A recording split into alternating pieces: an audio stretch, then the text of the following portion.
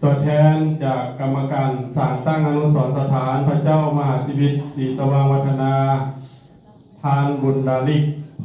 พรประสิทธิ์ญานางมณีสอนพุทธวัฒน์2ต่างนาสมาคมสมาคีชาวนุ่มลาวทานอนุรักษ์หลวงราชทานสุทธิศักดิ์เคนวงศ์3ต่างนาสมาคมหลวงพระบางเจ้ากิตติพรวิสุทธิพงศ์ญานางอีเวตพลประดิษฐ์ต่างนาให้มูลนิธิศรีสว่างวัฒนาทานอริยปัญญาญานางบัวถนอมจิตนรสิงห์ต่างนาให้สมาคมท่องเที่ยวท่องรองเงิมท่องเที่ยวท่านจันไซจบเบงบูนท่านคำบอวงไซท่านไซเสลิมพ้นโจบเบงบุญต่างนายสมคมบ้านลาวทานแบกหน้านาคคาราชาจูบนำกันได้เด้อทานรัศศิริคำปีเนาะ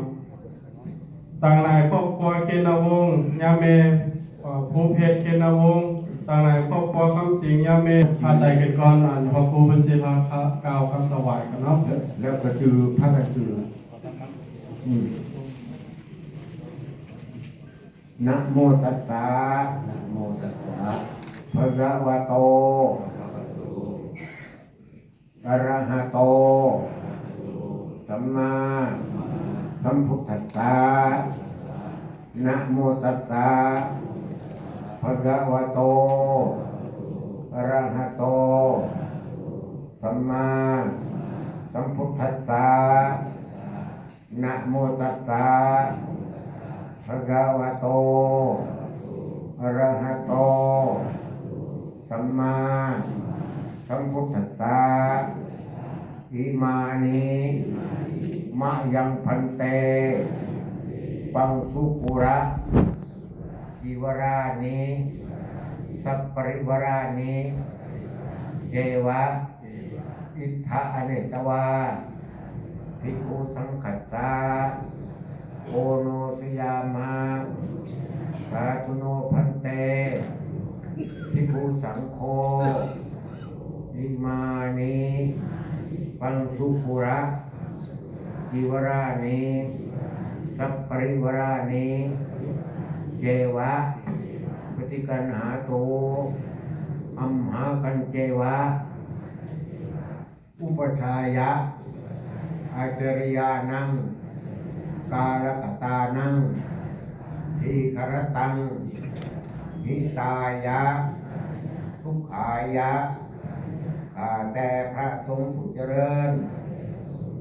ข้าพเจ้าทั้งหลายขอถวาย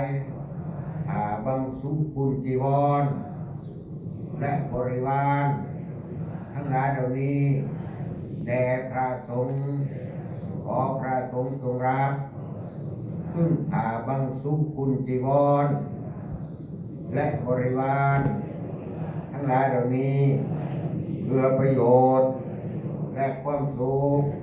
แก่ข้าพเจ้าทั้งหลายในปัจจุบันศาสตร์นี้อีกประการหนึ่งขออุทิศส่วนกุศลแก่ผู้มีพระคุณผู้เป็นที่หักผู้เป็นครูอาจารย์ผู้เป็นอุปสายาอาจารย์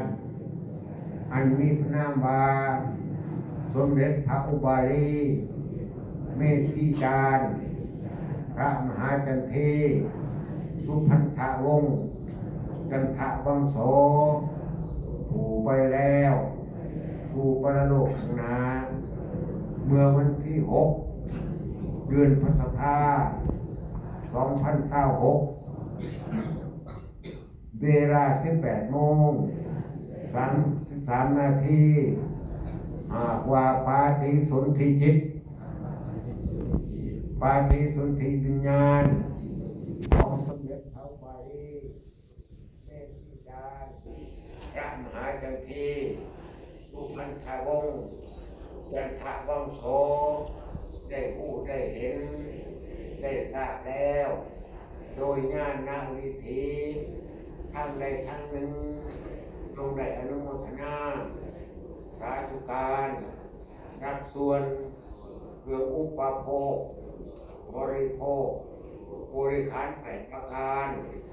ผ่านสบุงจีวรอันเป็นทิพย์ในภพของตน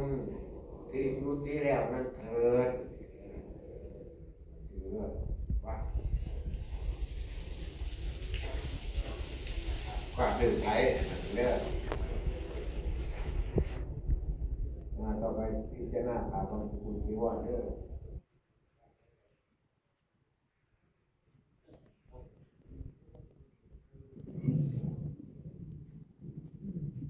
ที่มังปังสุกุระจิวรังสัพปริวรังอัสสามิกังเมตังปาปุณโตที่มังปังสุกุระจิวรังสัพปริวรังอัสสามิกังเมตังปาปุณโตที่มังปังสุกุระจิวรังสัพปริวรังอัสสามิกังเมตังปาปุณโตนิมนต์บังสุกุลนิจจาวัตสังขาราอุปัฏฐวายธัมมิวัตสังขาราอุปัฏฐวายธัมมิโนอุปัชชิตวานิรุชันติเตสังอุปาสโมสุโขอานิจจาวัตสังขาราอุปัฏฐวายธัมมิโนอุปัชชิตวานิรุชันติเตสังอุปาสโมสุโข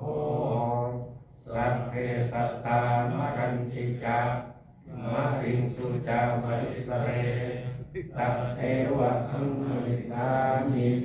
นัพพิเมเอตัสสังสยโย